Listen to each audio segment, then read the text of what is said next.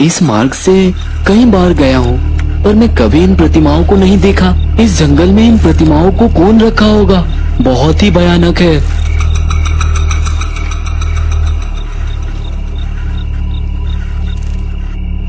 प्रियतम, ओ प्रियतम, तुम्ही को बुला रही हूँ, इधर देखो।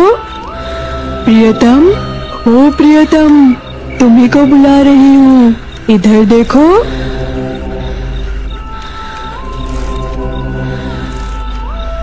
शंकर बहरा था, इसलिए चुड़ैल के बुलाने पर भी वो पीछे ना मुड़ा और वहां से चला गया। अगले दिन दोस्त, कल अमावस्या थी, गांव में एक भी आदमी नहीं थे, तुम लोग भी मुझे दिखाई नहीं दिए। अरे, जब हम आधा रास्ता पहुंच गए तब हमें पता चला कि कल अमावस्या थी। हम तुम्हें बताना चाहते थे, पर तुम हमें कहीं दिखाई ही नहीं दिए। हाँ, ठीक है, मैं चलता हूँ। ऐसा कहकर शंकर वहां से चला गया। क्या बात है दोस्त, इसे कुछ भी नहीं हुआ? गांव वाले भी इसे कुछ नहीं कहे। ये कहते हुए दोनों वहां से चले गए। गांव के दादाजी और गांव के कुछ बड़े लोग एक जगह पर एकत्रित हुए। क्या बात है दादा, इतने दिनों से अमावस्या के नियम कायदे बताकर सभी को डराते हो। वो शंकर अमावस्या के दिन पूरा गांव घूमकर अंधेरा होने के बाद उस भूतिया मार्ग से होता हुआ आया, पर उसे तो कुछ भी नहीं हुआ। हाँ, शायद चुड़ैल हमारे गांव को छोड़कर चली गई होगी। अब कोई नियम नहीं है, तुम लोगों को जैसा पसंद वैसा करो।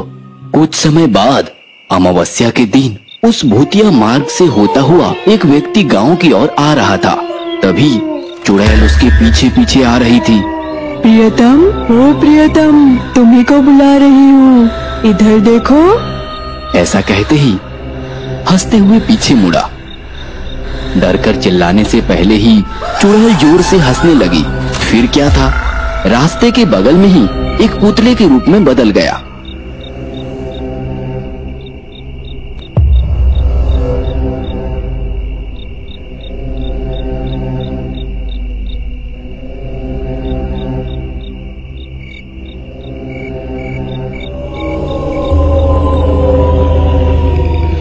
ओ प्रियतम, तुम्हें बुला रही हूँ, मेरी ओर नहीं देखोगे?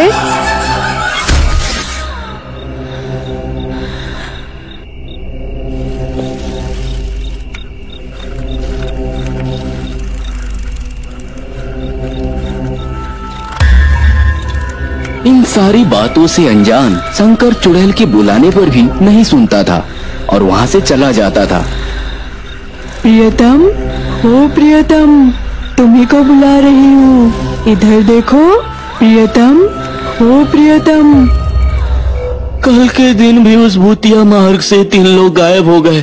हमारे गांव का एक आदमी, दूध बेचने वाला, दही बेचने वाला। इस अमावस्या के कुछ नियम है, पूर्णिमा के नियम।